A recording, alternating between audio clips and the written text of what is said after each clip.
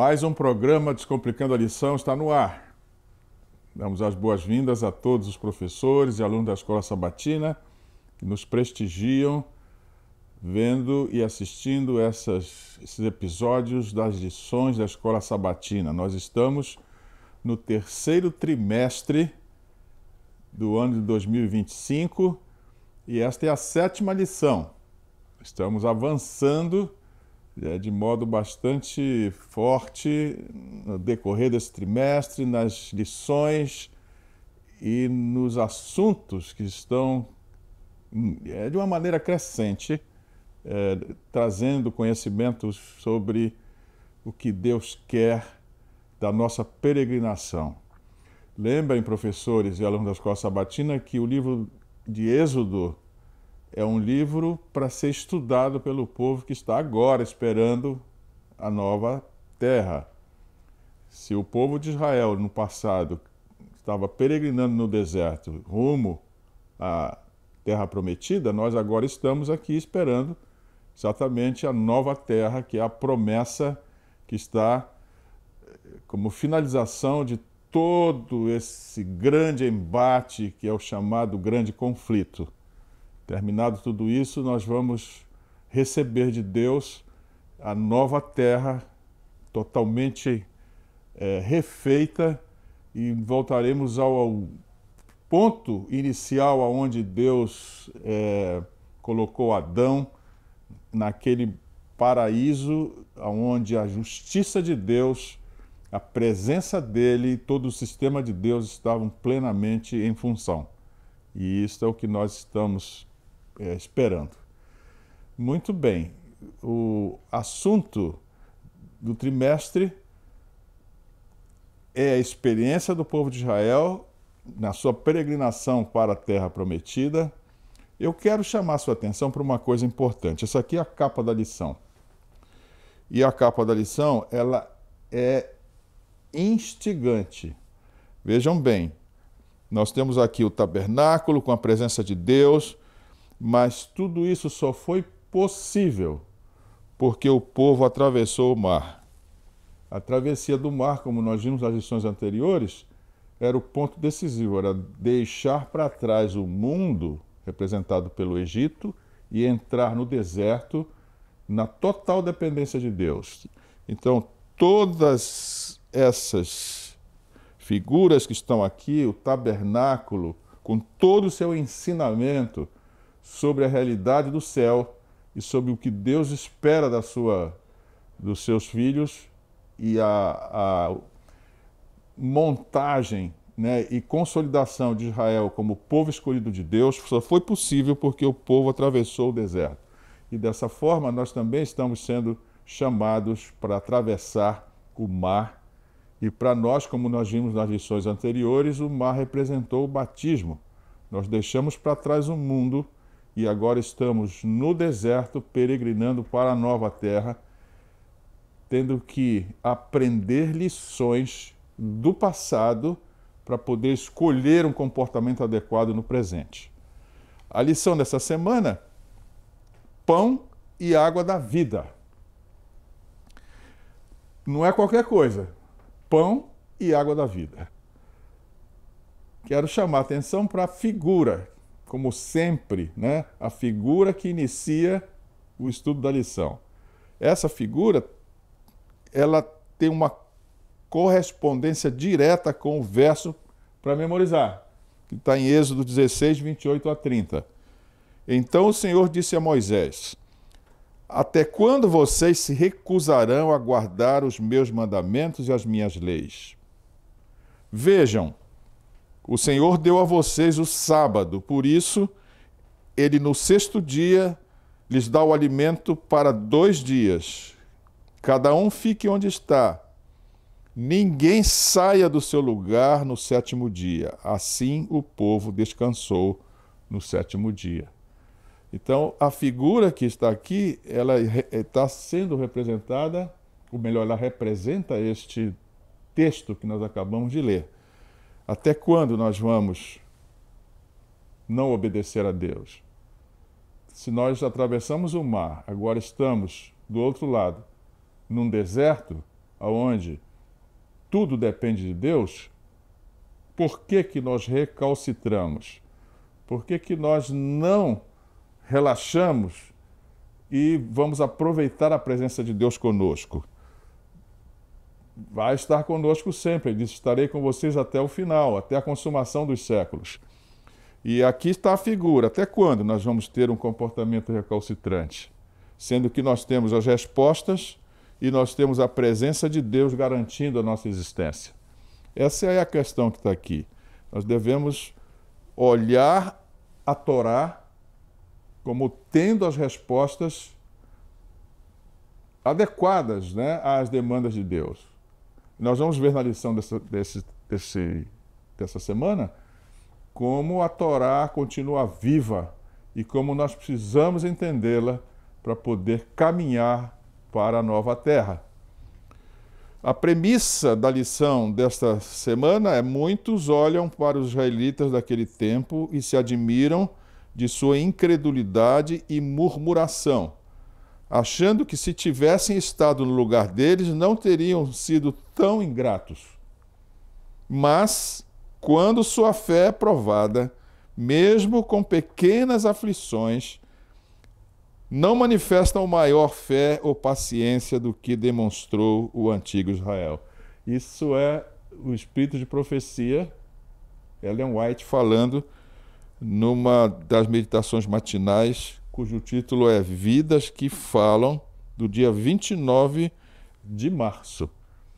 Então vejam só, a premissa está dizendo: tomem cuidado, que vocês não são melhores do que os israelitas que saíram do Egito naquele passado, não é?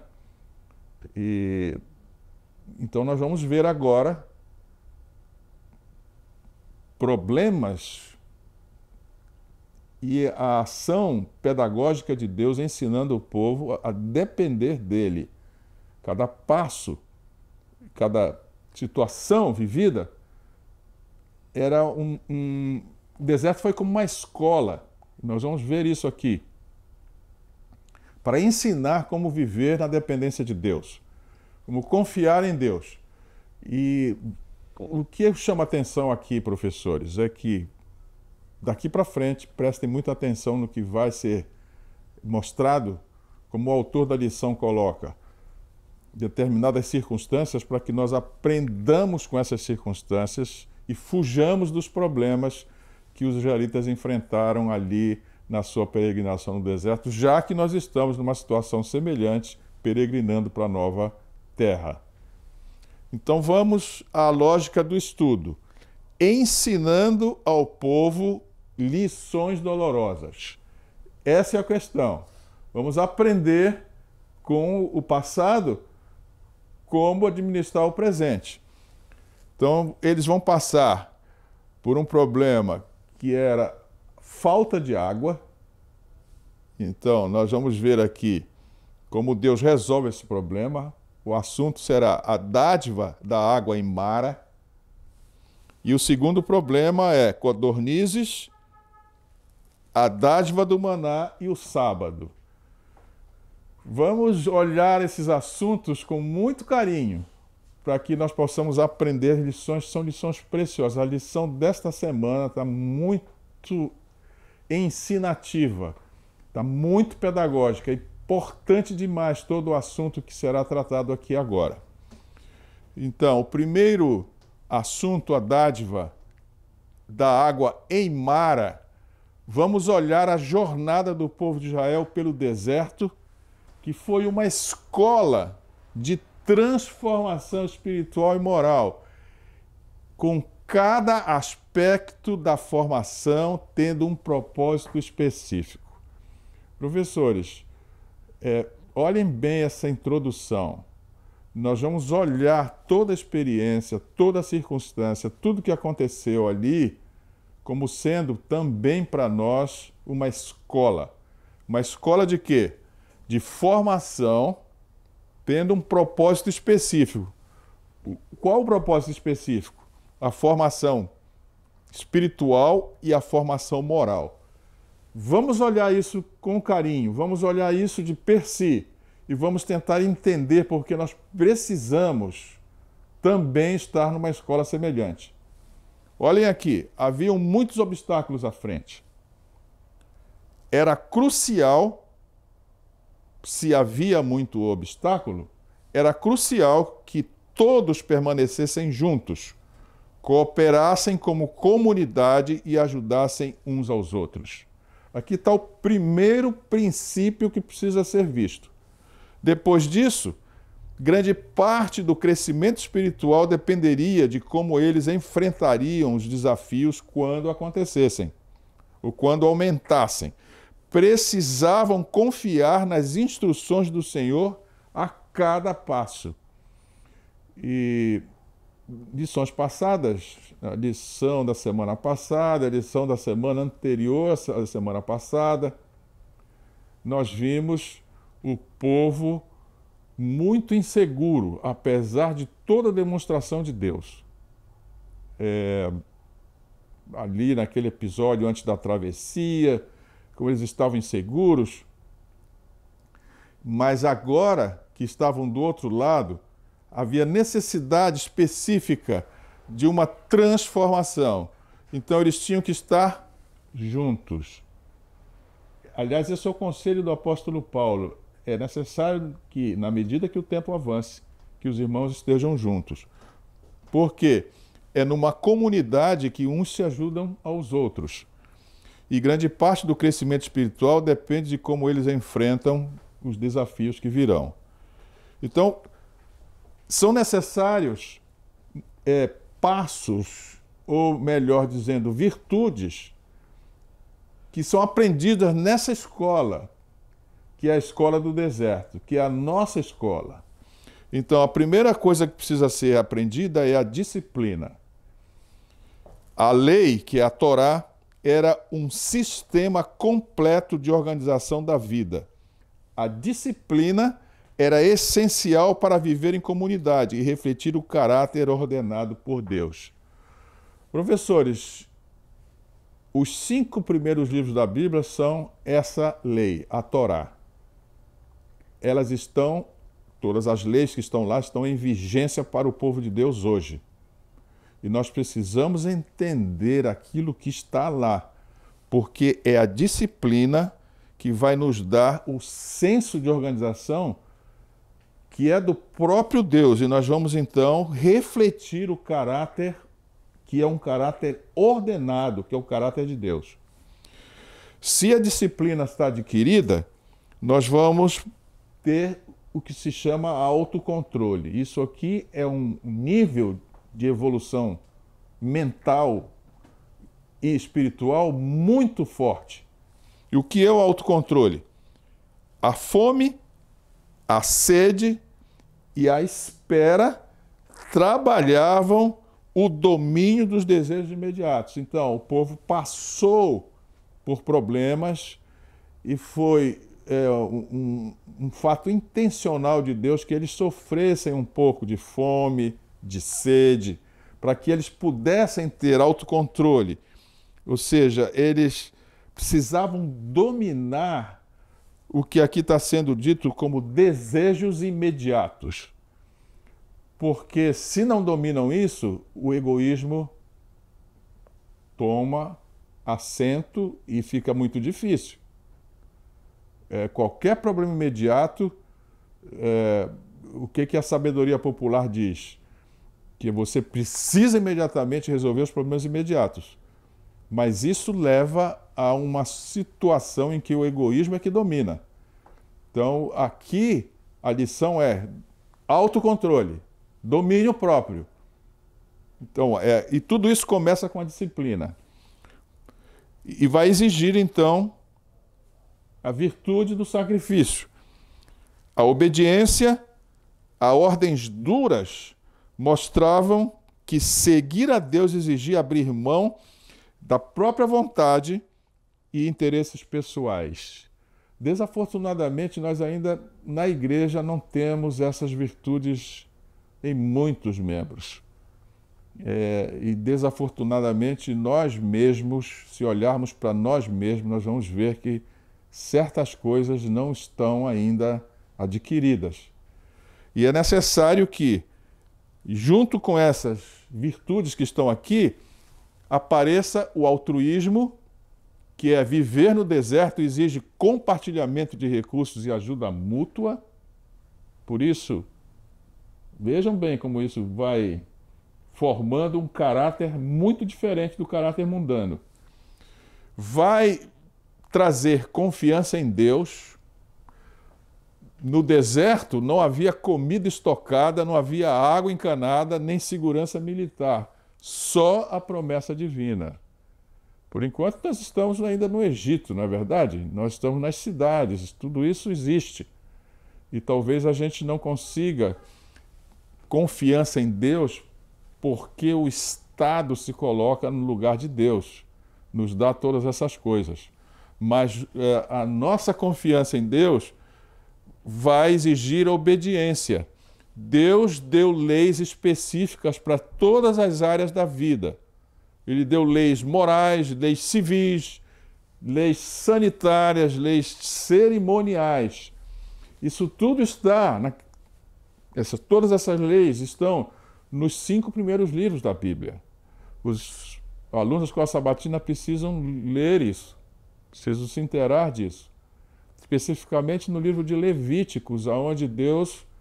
Uma coisa interessante, irmãos, Deus como que ditou esse livro de Levíticos a Moisés logo após a inauguração do tabernáculo. Nós vamos chegar num determinado momento da lição em que o tabernáculo foi erigido. Moisés constrói e o povo ajuda. Então,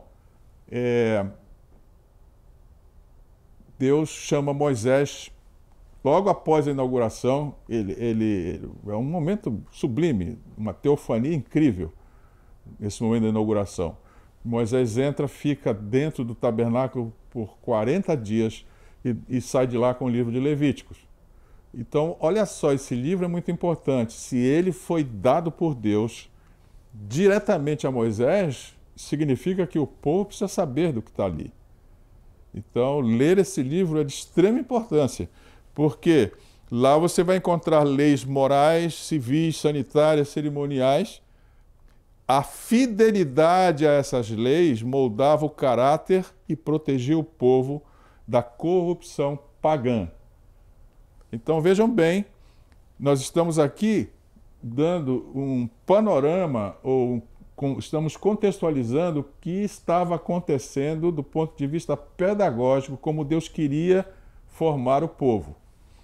São lições para nós. Agora vamos ver como é que isso está refletindo o comportamento da igreja atual. Eu tenho aqui um quadro que é a formação no deserto. Esse quadro mostra como a formação da igreja hoje está ligada a essa formação que Deus estava ministrando no deserto. Nesse quadro nós vamos ter, por exemplo, a área de crescimento, a disciplina. O que acontecia no deserto? Horários para o maná caía numa determinada hora, festas, sacrifícios, descanso semanal. O que acontece na igreja hoje? Nós temos escola sabatina, horários fixos de culto, calendário litúrgico. Qual é o propósito disso? Moldar o caráter pela constância e fidelidade. Então, se eu não tenho disciplina, eu não chego para a escola sabatina, eu não chego para o culto, dificilmente eu vou moldar um caráter pela consistência e fidelidade. Presta atenção nessas coisas. Se a área de crescimento é o autocontrole, no deserto, restrições alimentares, testes com escassez e espera eram importantes. Aconteceram lá, porque precisavam refinar a vontade e sujeitar o eu ao espírito. Na igreja, como é que acontece hoje?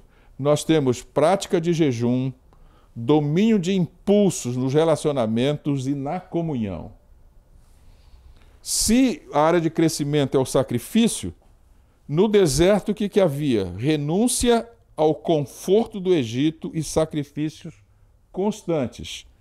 Hoje, o que está acontecendo? serviços voluntários, doações, usos dos dons para edificar os outros. Qual é o propósito espiritual disso? Ensinar a renúncia do ego e do comodismo. Ou seja, nós estamos passando pelas mesmas coisas que os israelitas passaram no deserto. Se a área de crescimento é o altruísmo, lá no deserto eles tinham leis de cuidado mútuo e ajuda aos mais fracos. Na igreja hoje nós temos pequenos grupos, ministérios de compaixão, vocês têm lá na sua igreja a ASA, mas vocês têm visitas missionárias. Qual é o propósito desse crescimento no altruísmo? Tornar o amor visível na comunidade. Se a área é confiança em Deus, no deserto eles tinham dependência total do maná e da nuvem. E nós, como é que estamos? Vida devocional, oração intercessora, entrega de causas a Deus com um propósito espiritual, que é ensinar a viver pela fé e não pela vista. E se a área de crescimento é obediência, lá no deserto eles tinham leis detalhadas para cada aspecto da vida. E nós, na igreja hoje, temos o estudo sistemático da Bíblia, que é a lição da escola sabatina, e nós temos a aplicação prática nas lições e nos sermões. Qual é a finalidade, o propósito espiritual disso? Levar a internalização da vontade de Deus como norma de vida. Irmãos, aqui está uma coisa importante para fechar essa primeira noção geral do que ocorre conosco. Se nós não adquirirmos essas virtudes que estão aqui, dificilmente nós vamos ser considerados povo de Deus, porque é necessário que nós internalizemos uma nova vida. Após o batismo, nós atravessamos o mar, estamos fora do Egito, não temos mais a identidade do Egito, agora nós temos a identidade do reino de Deus e nós vamos viver como pessoas no reino de Deus. Olhem bem isso. É muito importante isso que nós estamos vendo. A igreja não é só um ajuntamento social no sábado. Ela é uma escola modificadora para preparar pessoas que reflitam o caráter de Deus. Se isso não estiver acontecendo, é necessário que aconteça. Muito bem. Então vejam aqui, a formação de uma comunidade que é cooperativa e mutualista, quer dizer, mutualismo quer dizer eu dou e eu recebo. Esta é a resposta visível ao egoísmo que domina o mundo.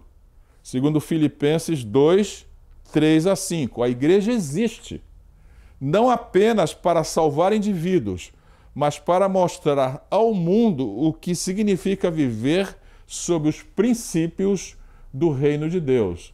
Então, ser adventista não é só uma atitude social, ela é um viver diferente. A mesma finalidade que Deus propôs para o povo de Israel, que era uma nação representando os interesses, mas também a forma de vida no reino de Deus, essa mesma coisa está sendo pedida para a igreja adventista. A partir de 1844, quando as 3 mensagens angélicas foram proclamadas, a primeira parte da mensagem é temam a Deus, ou seja, sirvam a Ele e não ao mundo. Então nós temos aqui mais uma vez uma tabela onde, se a igreja não existe apenas para salvar indivíduos, mas para mostrar como significa viver sob os princípios do reino de Deus, eu tenho aqui uma tabela que enfecha essa ideia. Eu tenho aqui as atividades. Por exemplo, escola sabatina. Qual é a finalidade principal? Estudo sistemático da Bíblia. Qual é a função mutualista? Como é que eu dou e recebo nesse sistema? Formação conjunta do pensamento e da fé, escuta ativa e partilha de experiências. Por isso é um mutualismo. Se atividades são pequenos grupos, qual é a finalidade principal? Comunhão e serviço e discipulado. Qual é a função mutualista? Espaço seguro para partilhar dificuldades, ajudar irmãos, aconselhar e orar mutuamente. Se a atividade é culto coletivo, no sábado, por exemplo, né? Mesmo no domingo ou na quarta-feira, a finalidade é a adoração a Deus como um corpo. Nós vamos lá coletivamente para adorar a Deus. E qual é a função mutualista? Unificação de vozes, de espírito e fortalecimento identitário coletivo. Ou seja, os cultos têm essa finalidade de formar uma identidade que é muito diferente da identidade mundana.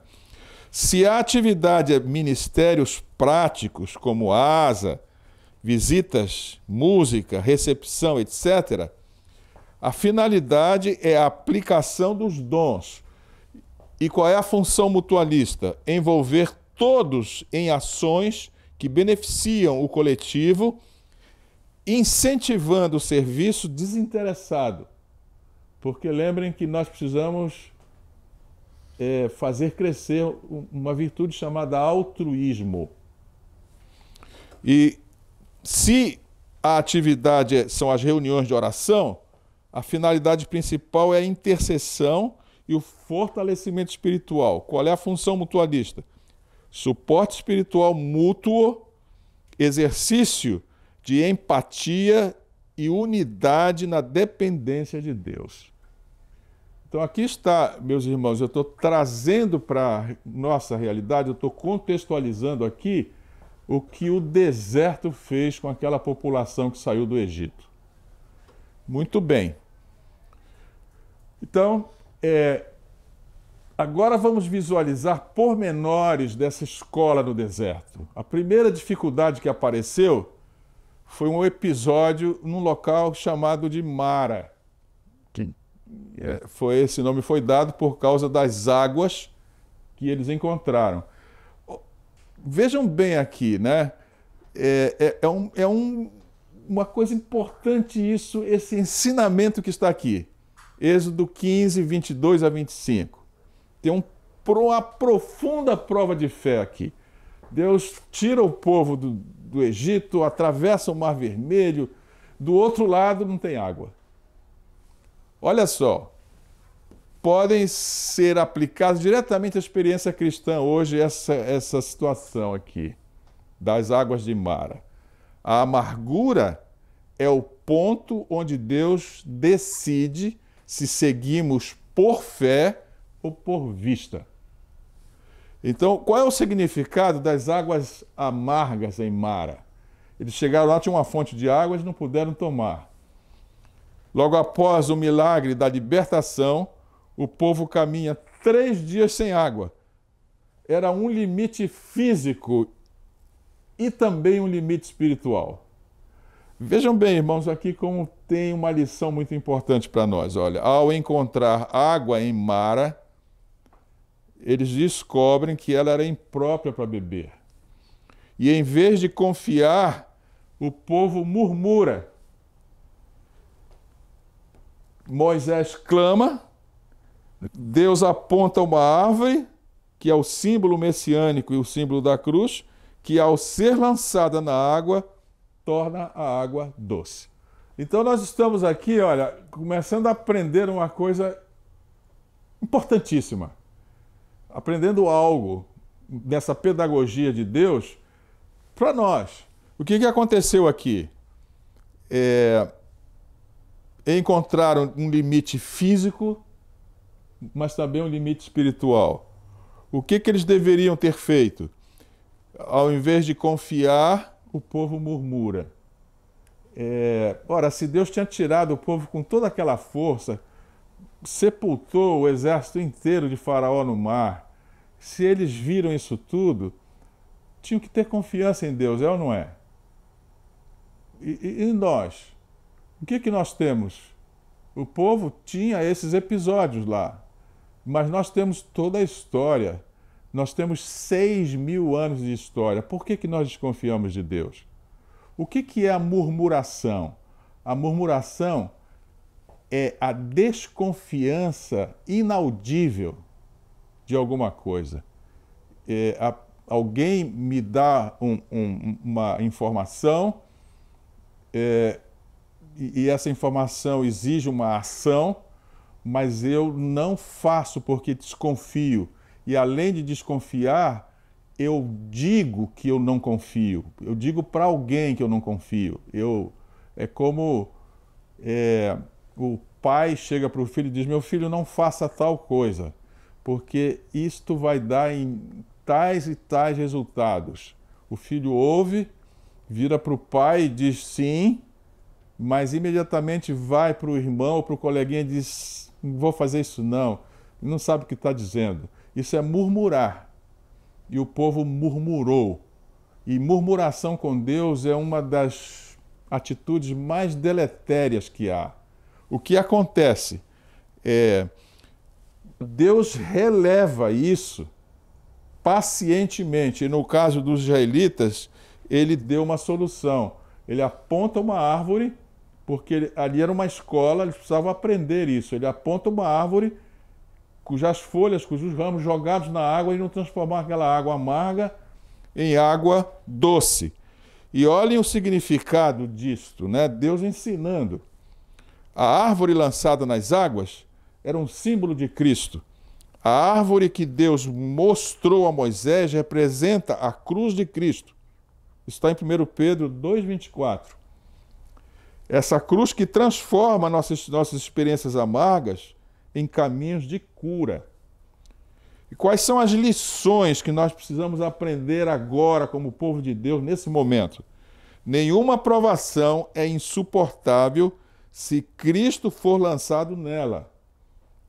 A cruz é o ponto de transformação das crises.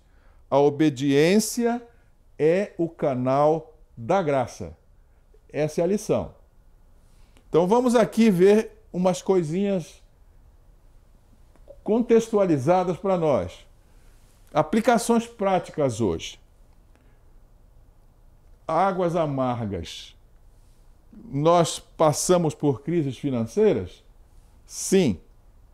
E às vezes nós oramos por soluções e essas soluções parecem trazer ainda mais escassez.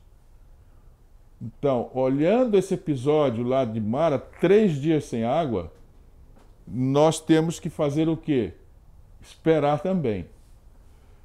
Se há desilusões com pessoas ou ministérios que julgávamos serem respostas de Deus, o que nós temos que fazer é confiar em Deus.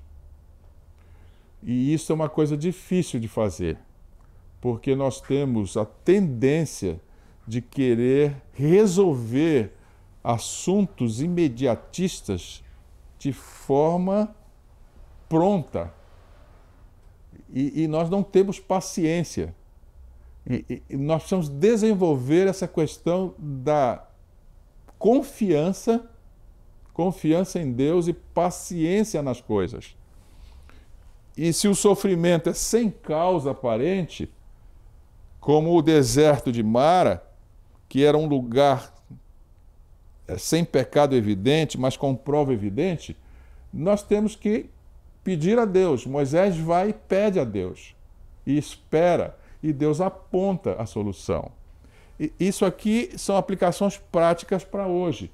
Se nós estamos vivendo uma situação semelhante à situação do povo que estava ali no deserto, nós estamos também peregrinando para Nova Terra, essas situações precisam ser administradas. E como é que eu vou saber administrar isso? Eu vou voltar aqui à tela um pouquinho. Eu vou precisar dessas virtudes aqui: disciplina, autocontrole, sacrifício, altruísmo, confiança em Deus e obediência. Muito bem, vamos avançar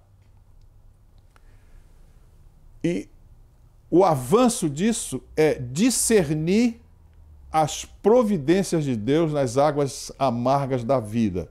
E isto é uma habilidade espiritual que requer sensibilidade, maturidade e comunhão contínua. Novamente um quadro aqui mostrando que ferramentas eu posso utilizar para adquirir essas habilidades espirituais que são sensibilidade, maturidade e comunhão contínua. A ferramenta espiritual é oração sincera. E como ela age na crise? Alinha o coração ao de Deus. Revela intenções. Qual é a base bíblica disto? Salmo 139, 23 a 24. Há uma outra ferramenta espiritual para que eu consiga habilidades espirituais de sensibilidade, maturidade e comunhão, que é o estudo da palavra de Deus. Numa crise, mostra princípios imutáveis e caminhos possíveis. Veja como é importante o estudo da Bíblia, porque na crise, eu vou me respaldar, vou me segurar, vou me sustentar com os conselhos que há na palavra de Deus. E a base bíblica está em Salmo 119, 105. A palavra de Deus é lâmpada para os nossos pés, é ou não é? Se a ferramenta espiritual do conselho de pessoas espirituais age como? Ajuda a ver o que sozinho nós não enxergamos. A base bíblica está em Provérbios 11, 4. Uma outra ferramenta espiritual é a paz interior como árbitro. Como é que isto age? Quando Deus está guiando, mesmo a renúncia traz paz. Isso está em Colossenses 3,15. E a última ferramenta espiritual é a fidelidade, mesmo sem explicação. Como é que isso age na crise? Perseverança, que confirma que a fé não é interesseira. Isso está em Jó 13, 15. Aliás, o livro de Jó é outro livro importante de nós estudarmos, porque essas orientações todas estão lá também no livro de Jó. Então, nós temos que discernir as providências de Deus e nós vamos adquirir visão capaz de discernir utilizando essas ferramentas espirituais. Está claro isso, irmãos? Agora, o povo murmurou. A murmuração do povo hebreu após o milagre do Mar Vermelho está diretamente ligada à imaturidade espiritual, à ausência de fé aprofundada e à morte espiritual que ainda reinava em muitos corações. Isso aqui é uma chamada para nós olharmos para nós mesmos agora. Nós temos, assim como eles, expectativas imediatistas. O que isso significa? Nós esperamos que, entrando na igreja, não tenhamos mais problemas. Era isso que eles imaginavam, que após terem sido livrados e após terem atravessado o Mar Vermelho, não haveria mais dificuldade. A sede foi um teste. Foi um teste não da garganta, mas um teste do coração. A reação mostrou que o coração ainda não estava regenerado. Então vejam bem aqui, expectativa imediata, como é que eu tenho que lidar com ela? Eu tenho que entender que, mesmo que eu esteja necessitando disso agora, sede de alguma coisa que é importante, eu tenho que confiar. Porque a confiança mostra que o meu coração está regenerado. Falta de confiança. Apesar dos milagres no Egito e no Mar Vermelho, a fé deles era reativa e superficial. Não uma confiança sólida no caráter de Deus. Essa também é a nossa experiência. Há coisas que nós passamos e não confiamos em Deus. Por exemplo, aparece uma doença grave, mesmo que você esteja tentando aquelas ferramentas que nós vimos ali na lâmina anterior, orando, sendo obediente, vai aparecer uma doença, por exemplo. Como apareceu na vida de Jó. Os irmãos estão lembrados disso, da vida de Jó como foi. As coisas apareceram lá. Mas Jó não era infiel. O livro de Jó abre Deus dizendo, Jó é um homem exemplar. Você pode ser um cristão exemplar, mas podem acontecer problemas. Só que o que não pode acontecer é falta de confiança. Porque a nossa fé não pode ser uma fé reativa e superficial. Ela precisa ser uma confiança sólida no caráter de Deus. Se nós cremos que todas as coisas estão sob controle de Deus e que Ele é fiel naquilo que Ele promete, nós vamos ter uma confiança sólida nele. E vamos ter que sair da condição de ter uma mente moldada a uma visão de vida, visão de mundo, moldado pelo Egito.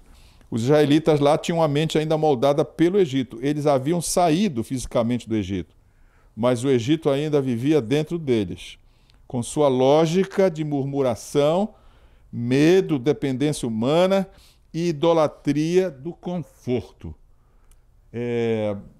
Reparem que o teste que foi colocado sobre Jó foi exatamente isso. Ele não murmurou, ele não teve medo de depender de Deus e ele não dependeu dos amigos. Lembrem que os amigos foram lá falar com ele não dependeu dos amigos e tampouco ele ficou reclamando da idolatria do conforto. Ele perdeu tudo. Irmãos, isso é uma importante visão das coisas que Deus quer de nós. E, por fim, resistência ao processo pedagógico de Deus. Se essas coisas não são atendidas, nós vamos falhar na formação que Deus quer que nós recebamos. O deserto não era um erro, era uma escola divina projetada para forjar fé, criar dependência diária, desenvolver maturidade espiritual. Ou seja, se nós estamos sofrendo algum tipo de privação, nós estamos na escola do deserto. E ela tem a função de forjar fé, criar dependência diária, desenvolver maturidade espiritual. Está claro isso? Então, as nossas dificuldades devem ser encaradas como um processo pedagógico de Deus.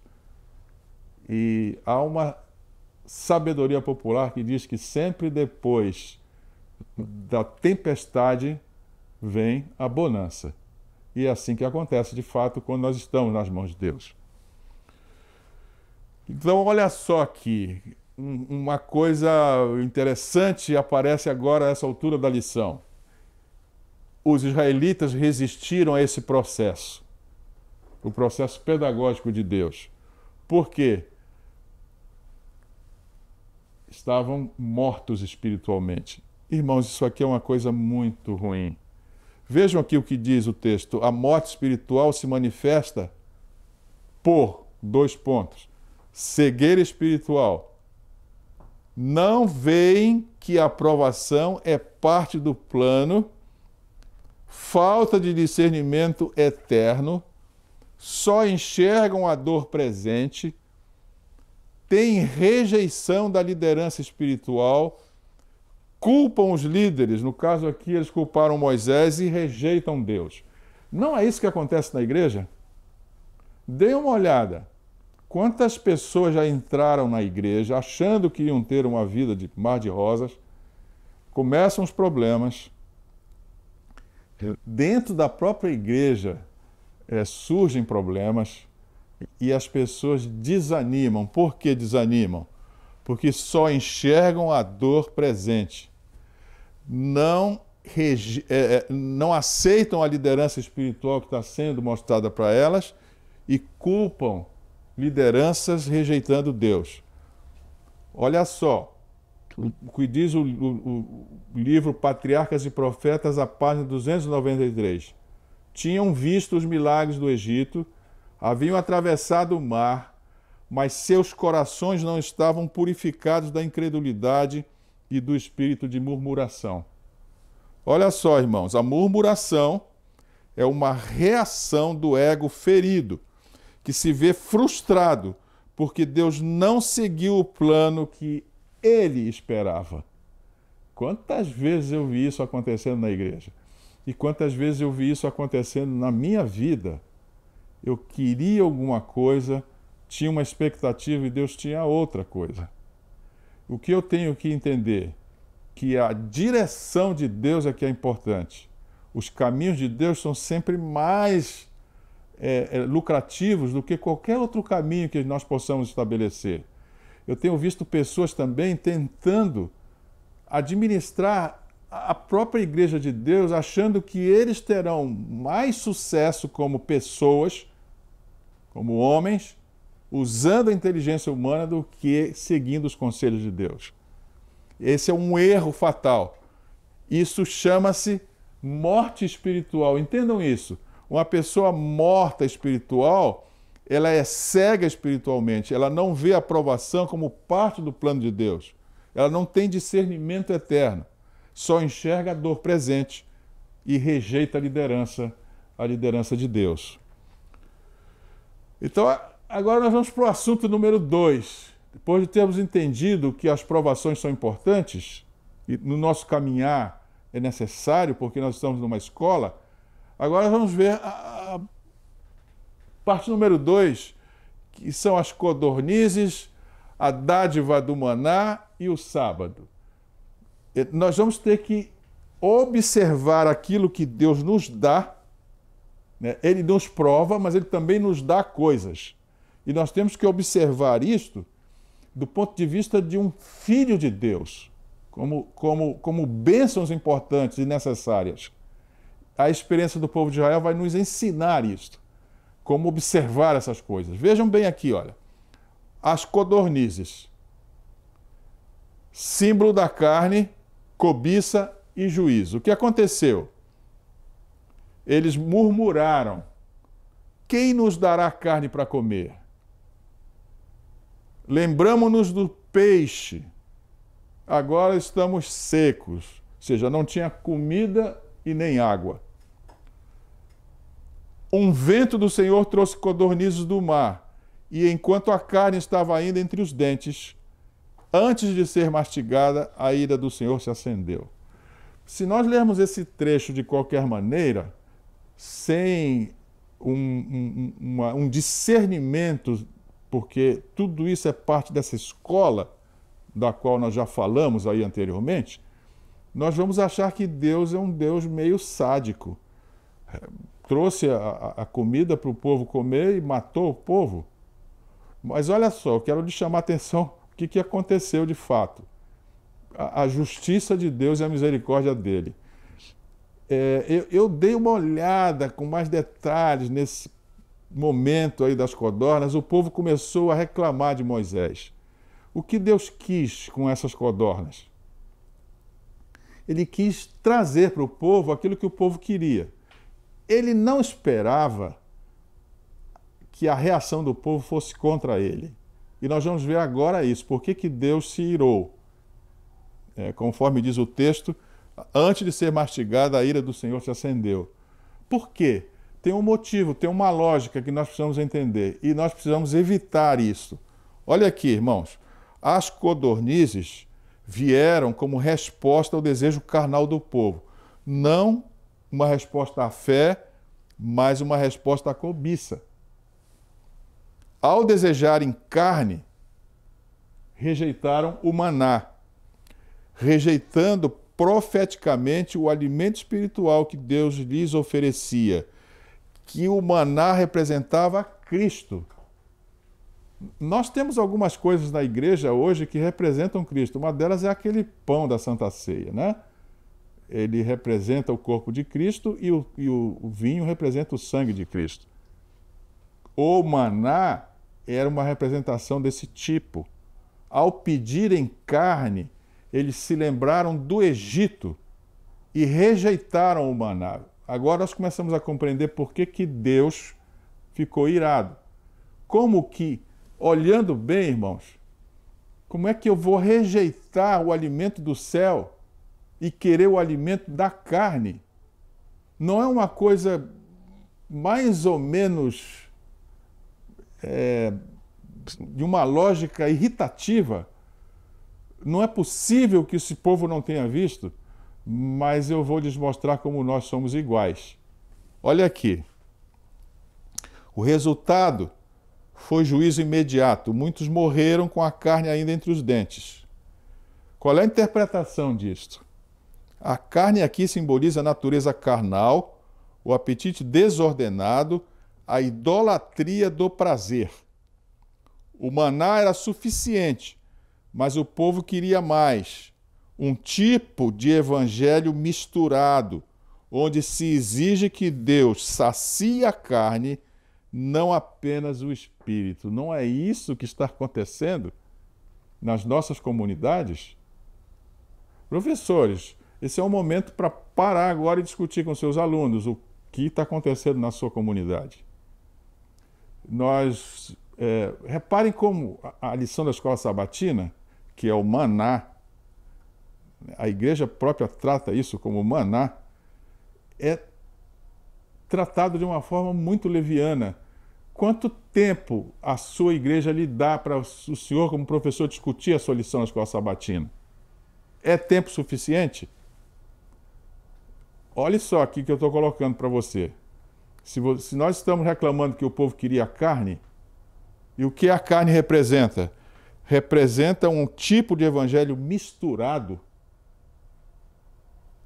Eu já estive em muitos locais onde a escola sabatina deu 10 minutos, 15 minutos para o professor da lição, e depois um líder da igreja gastou 30, 40 minutos, eu lembro bem disso numa das igrejas aqui em Manaus, com outras coisas.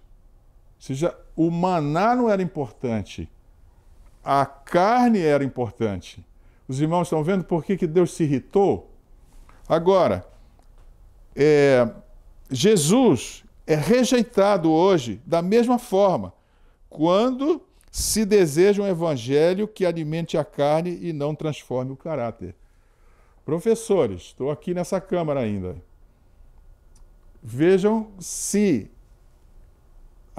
os membros da sua unidade ou os membros da sua igreja, depois que termina o culto, porque o culto é sempre um espetáculo, alguém canta, alguém faz alguma coisa, muitas coisas acontecem, é um bom sermão.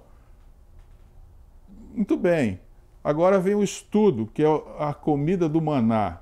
Vejam se as pessoas não vão embora, desprezando isso tudo. É o mesmo comportamento israelita. Maná não queremos, nós queremos a carne. Se não tem espetáculo, se não tem diversão, se não tem um evangelho, como diz aqui, misturado, nós não queremos. Então, há alguma coisa para ser modificado no nosso comportamento. E eu quero chamar a sua atenção agora para o que vem. O aspecto profético. Esse episódio antecipa o juízo final contra os que rejeitam o alimento espiritual por causa dos prazeres do mundo. Prazeres do mundo não é só boate, não é só teatro, cinema. É o jeito de se pensar, de querer que o culto de Deus seja parecido com essas coisas. Então, se nós trazemos essas coisas para dentro, nós estamos rejeitando o alimento espiritual e preferindo o alimento carnal. Então, rejeitam o alimento espiritual por causa do prazer do mundo. A geração que desejou carne e rejeitou o maná não entrou em Canaã. Tipo de perdição eterna daqueles que resistem ao Espírito. Professores, nessa reunião que teve agora, na Conferência Geral, o que ficou lá claro para quem assistiu aquelas reuniões? que a igreja vai voltar completamente ao alimento espiritual. Uma ênfase ali dessas virtudes todas que nós vimos aqui nessa lição, pequenos grupos, escola sabatina. A escola sabatina toma um lugar de muito maior importância do que outrora. A escola sabatina viva. Ela vai ser o centro de atividades da igreja. E isso tudo foi discutido agora nessas reuniões que acabaram de acontecer lá nos Estados Unidos. Então nós vamos ter uma modificação, porque nós precisamos estar nessa escola do deserto. Nós precisamos aprender com a experiência desse povo. Naquilo que eles erraram, nós vamos evitar. E naquilo que eles prosperaram, nós vamos imitar. Em Êxodo, capítulo 16, o maná foi mais do que provisão alimentar, foi também um instrumento pedagógico de Deus para restaurar o sábado na experiência prática do povo hebreu, que havia passado séculos no Egito, onde o ritmo de vida não incluía o repouso sabático. Aqui está Êxodo 16, 22 a 26, e aconteceu que, não está tudo aqui, né? Está só um pedaço. Aconteceu que ao sexto dia recolheram pão em dobro. Moisés disse-lhes: amanhã é o repouso, o santo sábado do Senhor. 6 dias colhereis, mas o sétimo dia é o sábado, e nele não haverá maná. Como o maná nos ensina sobre o sábado, o maná não caía por 6 dias. Aliás, o maná, caía por 6 dias, mas não no sábado. Nenhuma atividade econômica ou laboriosa era necessária no sábado. Deus já havia provido o suficiente no dia anterior. O que é que nós fazemos indo à igreja no sábado hoje? Exatamente isso. Nós não trabalhamos, por quê? Porque nós já recebemos o maná durante a semana, portanto nós temos provisão para o sábado. Agora vejam bem aqui, o maná de cada dia apodrecia se guardado para o dia seguinte, exceto no sexto dia. Isso exigia fé e obediência precisa. Mostrava que o sábado não era apenas um mandamento, mas um teste espiritual de confiança. Vamos voltar lá à questão das pessoas que vão embora. Se o sermão está muito longo e está chegando a hora do almoço, as pessoas vão embora. Isso quer dizer o quê? Desprezaram o maná para preferir a codorna. Irmãos, vejam que o nosso comportamento diz muita coisa. Eu queria alertá-los aqui, aproveitando esse canal que estou aqui, para alertá-los contra isso. O sábado é o dia para estar em comunhão com Deus. O maná foi dado em dobro no sábado.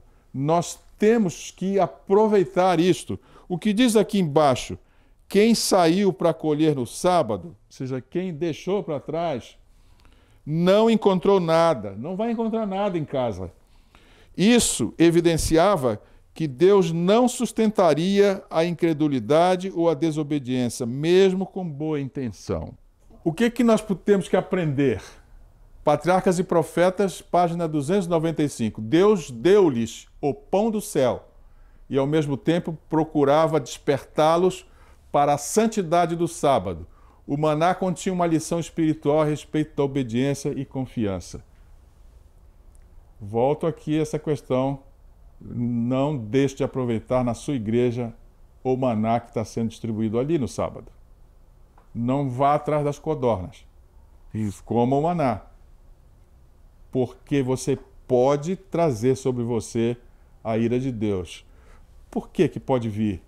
Porque você está desprezando aquilo que Deus está dando. Chega um momento que Deus deixa você entregue a você mesmo. E isso é a pior situação que um filho de Deus pode estar. É longe da proteção de Deus.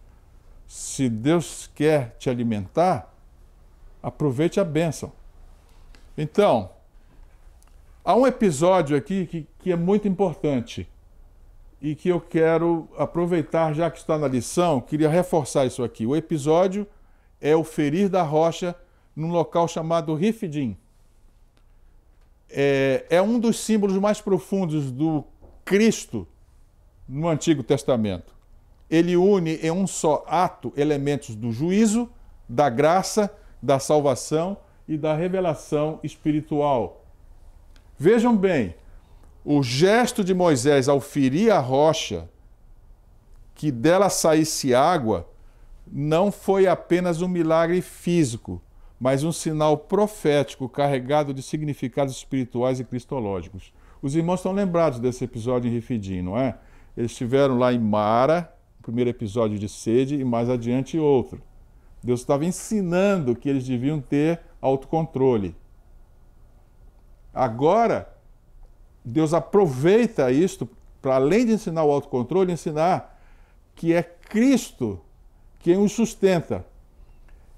E diz para Moisés, vai à rocha, pega o teu cajado, aquele mesmo cajado que ele usou lá diante do faraó, fere a rocha. E isso tinha uma lição importante. O gesto de ferir a rocha, para que a água saísse, não era apenas um milagre físico, mas um sinal profético, carregado de significados espirituais e cristológicos. Vamos ver aqui a interpretação disso. Eis que estarei ali diante de ti sobre a rocha em Horebe. Ferirás a rocha e dela sairão águas e o povo beberá. E beberam todos da mesma bebida espiritual, porque bebiam da rocha espiritual que os seguia. A rocha era Cristo. Cristo é o fundamento inabalável, a pedra rejeitada que se tornou a base da salvação. Ele é provedor da água viva, mas para que essa água saísse, a rocha precisava ser ferida. E aqui está o ponto, né, a chave que nós precisamos virar para entender o que Deus ensinou ali em Refidim. Olhem aqui. Ferir a rocha era igual ao sofrimento de Cristo. O ato de ferir a rocha simboliza o sofrimento vicário de Jesus. Ele foi ferido por causa de nossas transgressões. E somente por meio desse sofrimento é que flui a vida espiritual para a humanidade. Princípio da substituição, que nós já estudamos em lições anteriores. Então, a água que só podia jorrar depois que a rocha fosse ferida, foi derramada após a morte de Jesus. O povo não merecia água, mas pediu com fé, recebeu por misericórdia. Aliás, não pediu por fé, recebeu por misericórdia. Nós não merecíamos isso da parte do céu, Jesus morrer por nós, mas nós recebemos por misericórdia. Então, a água é o Espírito, a graça e a vida. Jesus se apresenta como fonte. Se alguém tem sede, venha a mim e beba. A água que eu lhe der, se fará nele uma fonte de água que salte para a vida eterna. Então, esse milagre em Refidim não era apenas para matar a sede física, era uma declaração profética do Evangelho.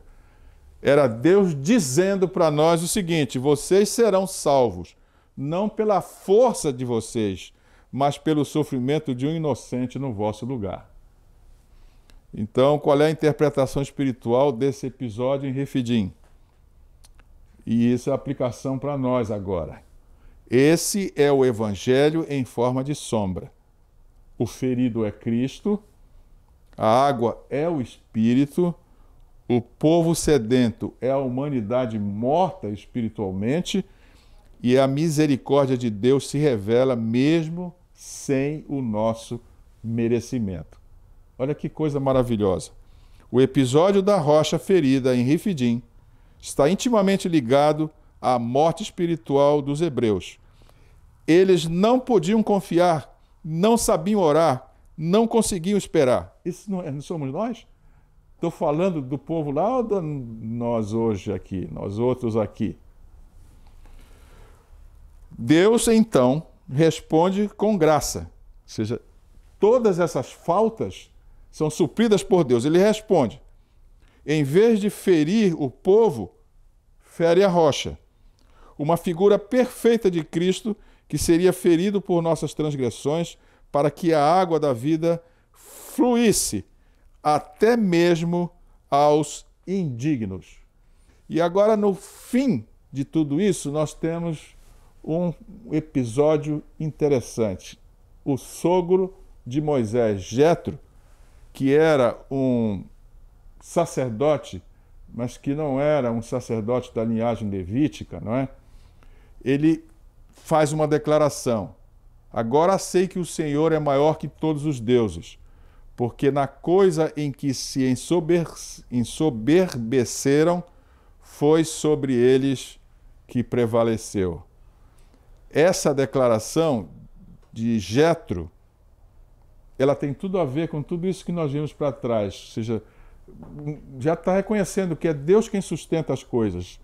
Ele vem visitar Moisés e ele ouve falar de todos os milagres que aconteceram, ele ouve falar dos episódios todos que nós vimos aí, né, nas lâminas anteriores, e ele então reconhece que o Senhor é maior do que todos os deuses, porque ele viu a ação de Deus sobre os deuses do Egito. E ele então quis dizer várias coisas que estão reveladas aqui. Olha, o que essa frase revela? Jetro, um sacerdote de fora, reconhece nenhum outro poder espiritual resiste ao Deus de Israel. Sua confissão é fruto do testemunho missionário de Moisés e dos atos redentores de Deus.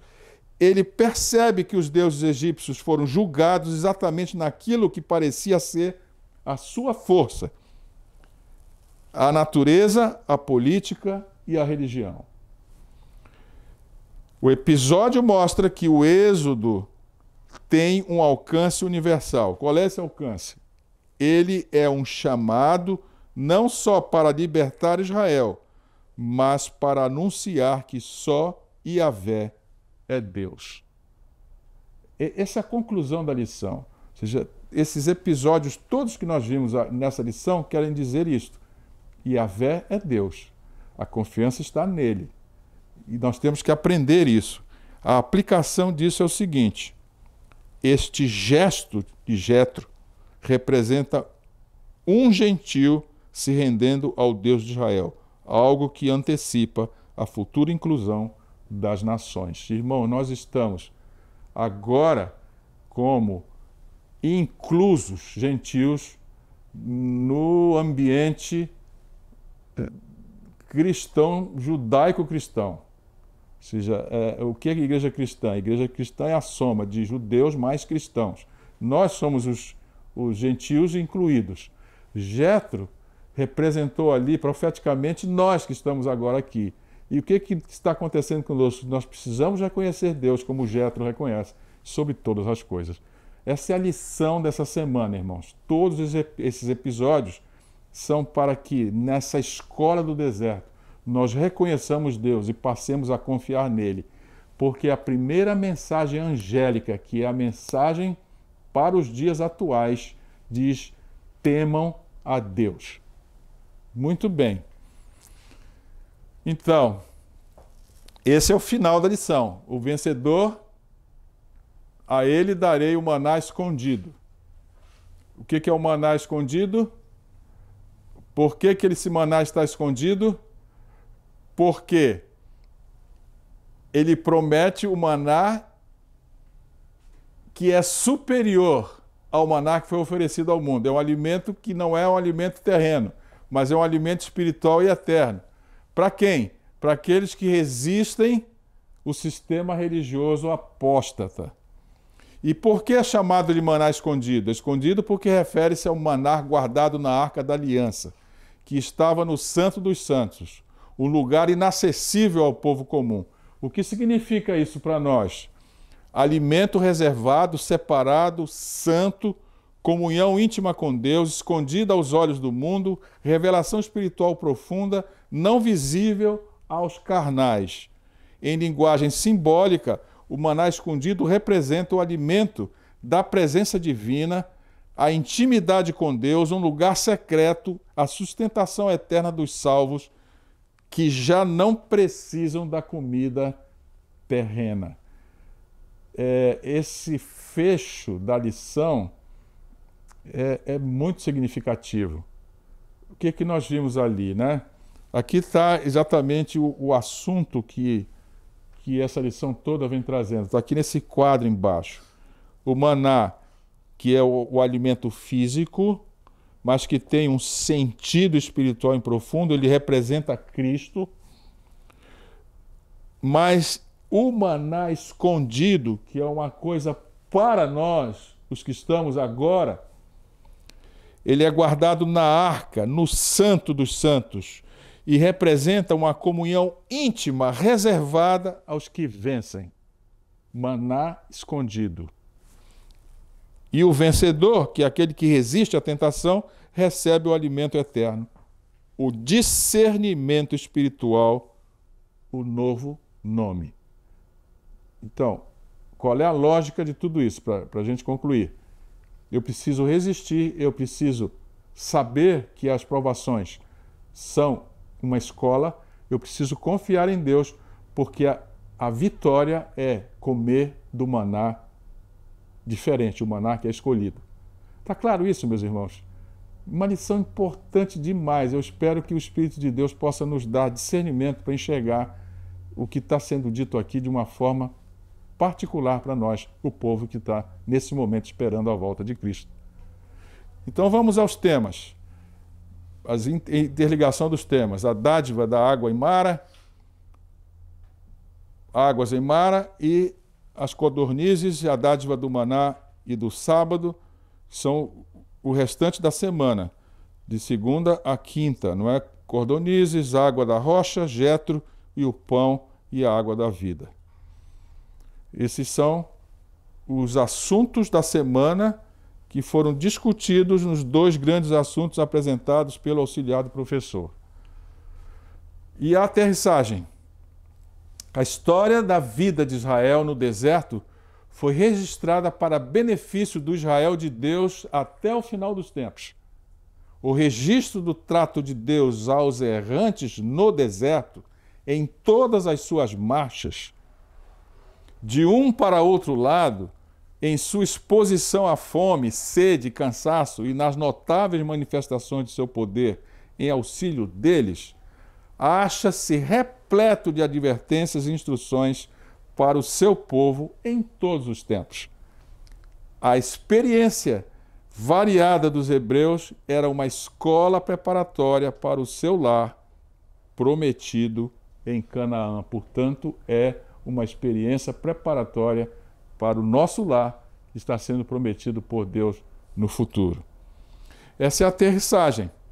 E a lição numa frase é: por que duvidar de Deus, não é? Que é a figura que está aqui. Por que nós duvidamos?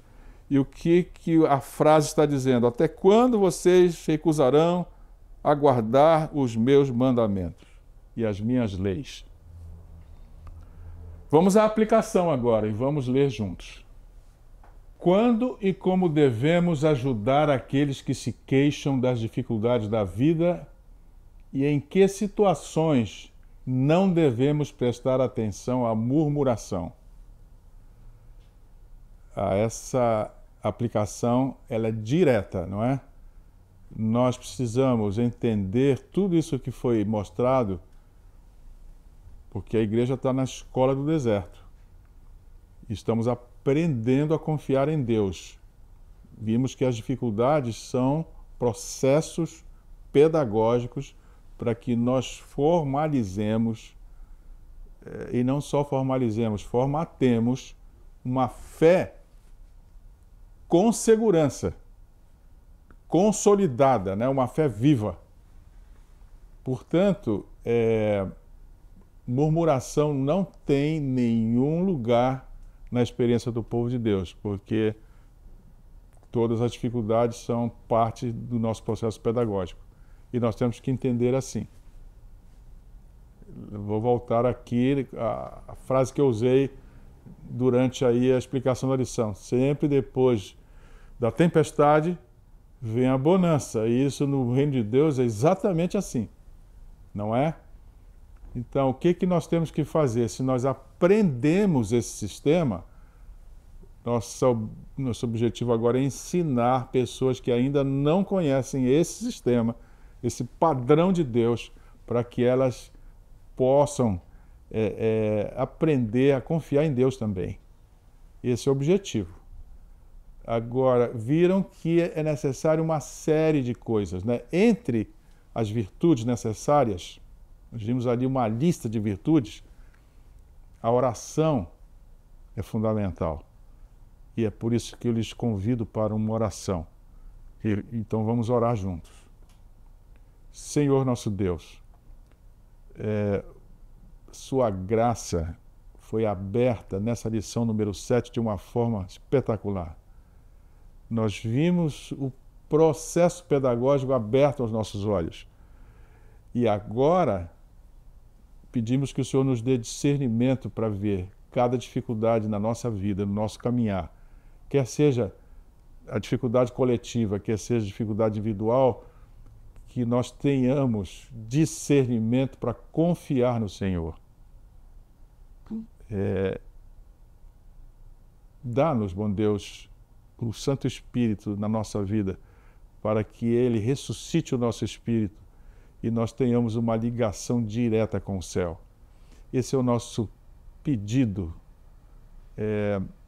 humilde, mas muito veemente, bom Deus, diante do Senhor. E nós oramos em nome de Jesus. Amém. Caros professores, lição 7. Nós estamos no meião do nosso trimestre, não é? E já vamos caminhando para a segunda etapa final. E vou lhes dizer, as lições são cada vez mais profundas. Dá dificuldade para fazer a lição, porque os assuntos são muito essenciais e é difícil para tecer ali um tipo de comentário que não só seja suficiente para abranger todo o tema da lição, mas que seja também didático, informativo e transformador. Peço que orem pela equipe do programa Descomplicando a Lição, para que nós tenhamos capacidade de ajudá-los e ajudar-nos, a nós da equipe, a termos discernimento sobre o que fazer com esses ensinamentos que estão à nossa disposição no livro do Êxodo. Lhes convido para o próximo episódio, lição 8.